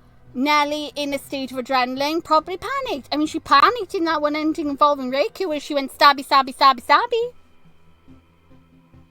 And then couldn't cut him up, though. Whether Nelli did it on purpose or not, I'll put a poll up on my YouTube channel and you guys vote over there. Do you think it was murder, it was accidental, or it was just instant karma? By Sana's ghost. Yeah, okay, we'll put a third option. Sana's ghost did it. Nelli did it because she wanted to kill him. Nelli did it on accident when they fought because he's a clumsy klutz. Or 3. Secretly, karma came in the form of Sana's spirit and she came to defend her friend and literally screwed him over. Or 4th option. Raku did it. Somehow Raku did it. I don't know. Maybe he booby-trapped the house for all I know. That would be hilarious, though, if that was the option. Alright, well, I've been talking long enough, so let's continue. I knew it. You tried your best, but you're not a bad person, Nelli. You're not a criminal. You are not made to do things like this. No, she's not made to do things like this, because it must have been, like, a real struggle for her to even attempt to, like, dismember the boy. Even if you cut him up and throw him all over the place, they'll find the pieces. They know when he disappeared. They know you're the one who was getting close to him. They know you're the one who saw him last. Who's they? Oh, you mean all the people? The people that covered up that he was with Sana on that night, huh? All of them? They better be thankful Nelli hasn't started, like, a freaking hit list and knocking all of them off one by one. Raku put a hand on her head, ruffling her hair affectionately. Oh. It's okay, Nelli. Don't worry. I can help you do bad things. Oh, he said this as well in Ending C, where he wanted to help her. That's all he's ever wanted to do, is help protect her. Her happiness is his reason for being. He acts like her guardian. She is his whole world, his whole reason for existing. After all, I'm a bad person. I was made to do things like this. Oh, wait. You were? Wait. Is he confirming he was made to eat people? That he was made to, like, kill things? Eat things? He's a hunter? Wait. Is he saying that... Wait, is he technically confessing that does his family eat people? Is that what he's saying? Am I actually onto some... Oh my god. Does he eat people? I'm assuming he must, because there's no way him eating, like, deers and stuff would satisfy him, right? Or rather, person might be the wrong way to put it. Are we finally getting the reveal? Am I finally going to see what he looks like? Eee! Oh god, what does he look like? What does he look like? Show me! As Nelli stared up at Raku's ominous smile, her pupils contracted and she tried to scoot backwards, but the webs caught her legs and prevented her from retreating. Nelli! No! You ran away last time and I didn't get to see it. You are not going to pussy out now! Raku had lied. You know me better than anyone else. I mean, but is it a lie, though? Because if we think about it, if he was the spider when she was little, he technically did know him. She just didn't realize that she knew him because he was a spider at the time. Nelli didn't know him. Not in the slightest. You think? Yeah, apparently. I've gotten that feeling from you because you apparently cannot seem to understand that he loves you more than anything and would never betray you. Before her eyes, her ex-boyfriend's body began to morph. Oh my god, it's happening! A thick, black carapace formed over his skin and 4 massive legs spread from his back. Oh, okay. Landing on the ground, lifting his body into the air. His face twisted and warped as a pair of fangs, germinated from his mouth, and another set of eyes formed. Within a minute, she could no longer describe what she was looking at. It looked almost like a grotesque amalgamation of a human and a spider. Oh my god. Well then. Oh my. Oh my. Okay. Wow. Explains the giant webs, doesn't it? Kind of. You don't have an abdomen, so where does it come from? Never mind. I don't want to know. The creature picked up June's head, turning around in its hands a few times before vomiting over. Oh my god, is he going to eat it? I think he's going to eat the body. I literally think he's going to eat the body because it'll hide the evidence because there'll be nothing left. I think he's going to eat it. Oh my... Don't put that in your mouth. I mean, I guess you do have to save Nelli, but still, the things you do for love. This is a bit extreme. Oh my goodness. But then again, he did say it smelled delicious, didn't he? So I guess to him it's probably appetizing. It probably has, I don't know, wow. Oh my goodness. How is he able to, like, literally... Yeah, well, he looks human, so I guess people wouldn't notice him, would they? Nobody's ever seen anything like... Okay. Oh my god. 1, 2, 3, 4, 5, 6, 7, 8. Yeah. You are 100% a spider. You are Spider-Man. Man-spider. Arachnaboy. As the digestive fluid softened the meal for consumption, the arachnid began chewing it, gnawing at the flesh and the cartilage before moving on to the bone. Oh my god. The creature's mandibles made short work of the red stew and the ivory shards. Oh my god. It only took a minute for Ji-hoon's half-melted face to disappear between the spider's massive jaws flattening down its gullet. Oh my goodness gracious me. Done. Oh, well, thank you for, like, getting rid of the head. The head, literally, I wanted gone long before the rest of it. He is literally moving. Oh my goodness gracious me. Look at him. Oh my word. Okay, then. So he technically has multiple forms then, because we know he really can turn then into a small spider then. A little small one that can get inside a room and watch. Because he definitely was the little spider then that went in the room with Nelli. So he can turn into a small one. He's got his human form, and then he's got this form. So does he have any more forms? Oh my heavens. Okay.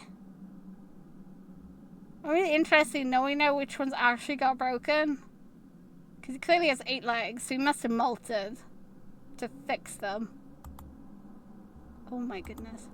Nelli's shoulders jumped. She hadn't expected a human voice to emerge from that distinctly non-human face. He sounded like Raku, though his voice was low and guttural. Now, all you have to do is show me where you tossed the other parts. As for the saw and the knife, well, I don't want to eat those, but I'm sure we can find a good place to get rid of them. Well done! Look at him!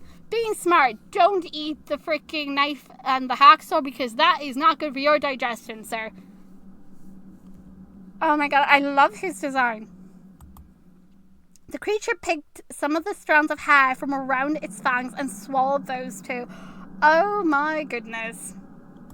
In truth, I don't like doing things like this. I want to be different.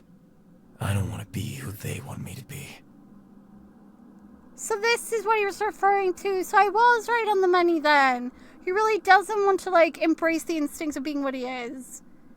He doesn't want to, like, be a monster that eats people. He just...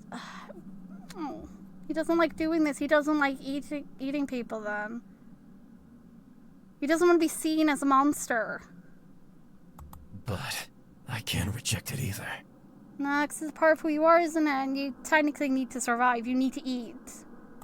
Because I need to get rid of any obstacles standing in the way of your happiness. It doesn't matter who or what. Does that mean the rest of the Khan family is dead? Does that mean he's gonna go mass murdering them? Is he also gonna probably kill off anybody that tried to cover it up? Oh, does this mean anybody that witnessed where Nelli was? Does that mean they're probably gonna die? Oh my goodness. Aw. So he is like a big guardian for Nelli. Oh, that's so sweet. In a weird, creepy kind of way. I'll destroy them.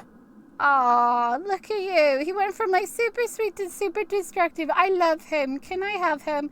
Nelli, if you don't want him, I'll have him. I don't want you to experience the vulgar things in life, Nelli. I don't want you to feel any more pain, or sorrow, or heartache. I'll do anything to make that happen. Oh yeah, because she was crying for the whole month, wasn't she? She was like really, she took the death of Sana so freaking hard, and he had to watch while that was happening. That would explain as well his the visual display of like aggression and like hatred towards Ji-hoon, because Ji-hoon literally caused Nelli to cry. He literally hurt Nelli by hurting Sana. When he killed Sana and was hurting Sana, it was affecting Nelli. It was taking away her happiness. She experienced heartache because she lost her best friend, sorrow because her friend is dead, and pain.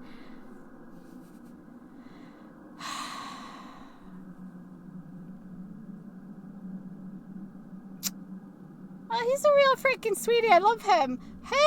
I can't hate him. I can't. I cannot fault this character right now. I love him. The creature repositioned itself closer to Nelli, slamming its massive black legs into the ground, too close to her for comfort. Ew. It swung its head in front of her face. Hi. 4 eyes blinked at her in unison. Ribbons of skin and muscles hung from monster's fangs. Raku, you have something stuck in your teeth. You may want to, before you go in Nelli's face. She's a little bit sensitive. When the spider's mouth opened, Nelli froze. She imagined those jaws coming down on her head, tearing her skull from her body in one sickening crunch. He would never hurt you. He might punish you, but he won't hurt you. He's not gonna kill you. It's not in him. Oh, oops. Kissing me like this wouldn't be very comfortable, would it? Wait, we're gonna kiss him?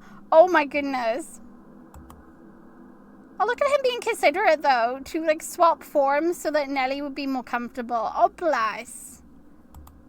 Nelli blinked, and in the next moment, Raku transformed back into a human. He chewed a couple of times and wiped the blood off his chin with his sleeve. Oh, my God. His eyes glittered as he brought his face closer. However, when he was a couple of inches away, he paused. Oh. That is so cute. She looks very, concerned. She's like, oh my God, I was dating that the whole time. Thing is, though, you said you'd love him anyway, no matter what. Because she didn't know him as a spider. The love she has for him is because she got to know Raku as Raku. Oh, this is going to make the relationship so freaking interesting in the future. My goodness. Can I kiss you? You literally just ate someone? Okay,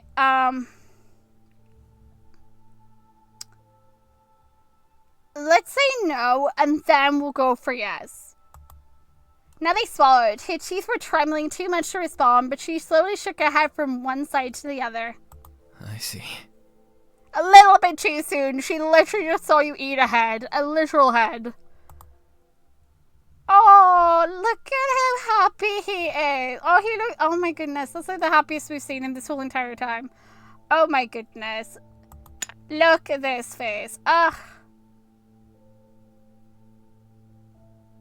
My goodness.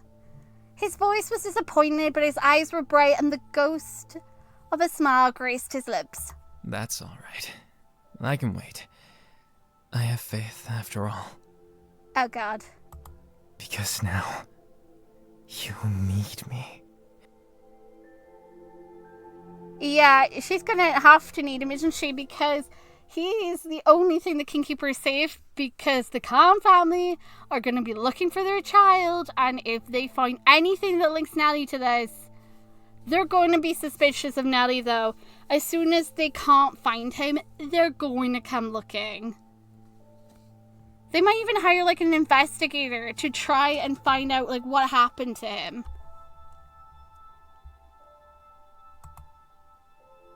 I'm glad that you agreed to get back together. We're going to be very happy. Say yes. Yes, after he literally ate a head. Nelli swallowed and grunted her teeth. She slowly nodded her head up and down, and her ex-boyfriend beamed. Oh God. As he leaned in, she squeezed her eyes shut. When he pressed his lips against hers, her mouth tightened. Undeterred, he prodded his tongue between her lips, insistence. Hold on now, you asked for a kiss, not for a makeout section. Hold on, you just had freaking flesh and stuff inside your mouth. Oh goodness. When she parted them, he drew her in closer, eager to explore every cranny of her mouth with his tongue. I'm so sorry, Nelli. A coppery scent wafted through Nelli's nostrils. Raku tasted like metal and acid. I mean, she's kissed him before, so... An uncomfortable, queasy feeling burrowed into Nelli's stomach, infecting her intestines. Well, she's gonna have to get used to it. He's got a lot more body parts to eat, apparently. When Raku finally released her, Nelli reached up and wiped her mouth off. Her ex-boyfriend didn't seem bothered, though.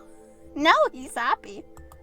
His smile was bigger than ever, lighting up his anemic face like a glowing sunrise. Ah, look how happy he is. Now you're willing to discuss the breakup again, aren't you? Oh, we're sorry about that, are we? Oh my god, the relationship is gonna be so interesting now, because she's just gonna be like, wait, you were a spider this whole freaking time? How? When? How did I never know? Also, to be fair to him as well, at no point did he ever hurt Nelli's cat, so I am happy about that. Because now, you need me. Yeah, she kind of does. Not to mention, she literally just saw what you were. The happy I'm just seeing you beaming. I loved it. I want to see more. And that was the last ending. No, I want to see more. Okay, so there's so much I want to say about this game. I can't put it all into words right now. It just left me craving more. I want to see more from it. I want to see more from the universe, more from Nelli and Raku's story, more for to see what happens after this now, because he just freaking revealed himself. And Nelli, well, I'm really lucky that Nelli couldn't freaking move because of the web on her, because I swear if she ran one more time and I didn't get to see it, I would have screamed. That was amazing. To think Nelli's been dating a spider this whole entire time. She claimed that she didn't know him that well, but Raku stayed true to who he is. He made it clear what he wanted to be, who he wants to be. And she did know him. She just didn't know what he was. So technically, it is true. She does know him better than anyone else. She just doesn't realize how well she knows him. Because if I'm right, and it does turn out that he was a little spider in the past, then that would technically mean that she knew him the whole entire time. She just didn't realize. She couldn't remember. But he's literally completely devoted to her. But this is also really funny, because if he never revealed what he was to Nelli, could you imagine they got together and they went for full out, flat out serious together. They ended up getting married. They ended up having children. Imagine what her face would have been like when the babies are born and then they suddenly just get spider legs on their back. She'd be like, what is going on? He'd be like, don't worry, it's normal. It's just a growth spur. What? I forgot to tell you, honey. I'm a spider. What? You're Spider-Man? No. I am transformed. She's like, oh my god, faints at the wedding. Just faints there. Hello guys, welcome to the end of the video. So again, 5 likes on the video and I will cover the prequel, 10 likes on the video and I'll get the next part up a lot sooner. That being said, I loved everything about this. Shadowcap, how dare you end it on that? How dare you? I wanted to see more from the relationship. How dare you? I ended up just wanting more after I finished it. How dare you? Alright, now comes the whole thing. Did Nelli murder? Did Nelli do it on accident? Or somehow karma got him and somehow Raku did it? Personally, I think there's some truth in both of them, but I really am leaning more towards the murder, because either way, there was no way that they were going to get justice for Sana. And I'm surprised that none of the endings had it be Raku had killed him at all, considering there was already a violent confrontation with him. But no, Nelli did it. I still would have loved to have seen how she managed to, overpower him Unless, of course, he wanted to get up close and personal, and then Nelli just pulled out, the switcheroonie and got out the knife. I feel there was more satisfaction for him to have gotten murdered and Nelli making him feel like the trash he was because of how he treated Sana, because she suffered for so long throughout the story, compared to him just getting a conversation with Nelli and then somehow miraculously just like a slipperoonie right into the pond and dying instantly. How dare he die instantly? He made Sana suffer that whole entire time. Justice declares that he suffers. As horrible as that sounds, I don't care. I got invested. One thing about this story has definitely taught me that if I get a gut feeling about a character, stick with your gut. Because for once in my life, the character I was playing with did actually do something bad. But I will say one thing, an important lesson to you, Nelli. Bury the head first, my God. Why keep that one in the bag? If you're caught with the freaking head, they're definitely going to know who the body belongs to. What's wrong with you, woman? My God. Anyway, there'll be a poll up on my channel where you guys can vote if it was murder, accidental, or one of the other options. And yeah, I did tell you guys what you need to do if I listen video, and I will cover the prequel. Tonight's will get up sooner, and yeah, it's just Dr. Cap, how dare you? I wanted to see more. Huh? What a revelation right at the very end, though, to see that he's a monster spider. I so want to know what happened after that. How would that change the relationship? Would the Khan family hire an investigator? Will we get away? Will they go on a rampage and kill all the people that covered up the murder? Will the magic disappearing raincoat be ever explained to me? But yes, thank you all so much for watching. I apologize if you can hear like an extra layer of rain in the background. The reason being I don't have my headphone in, like I said. Well, I'm gonna now go get this edited, get this up on the channel, and yes. Sorry it took so long. I apologize. I get easily distracted and there's a lot of stuff going on. Not to mention I finally got around to watching the Alien franchise. Judge me if you will. But I apologize. And as well, I've been working really hard with If Horror Tale. I'm upset. If you've played through it, you know why. Dot Petals, how could you? And Shadow Camp, how could you as well? I want to see more from your game. Anyway, bye for now. Thanks for watching. If I repeated anything, I apologize. If I got anything, well, that's just normally me. Bye! See you in the next video.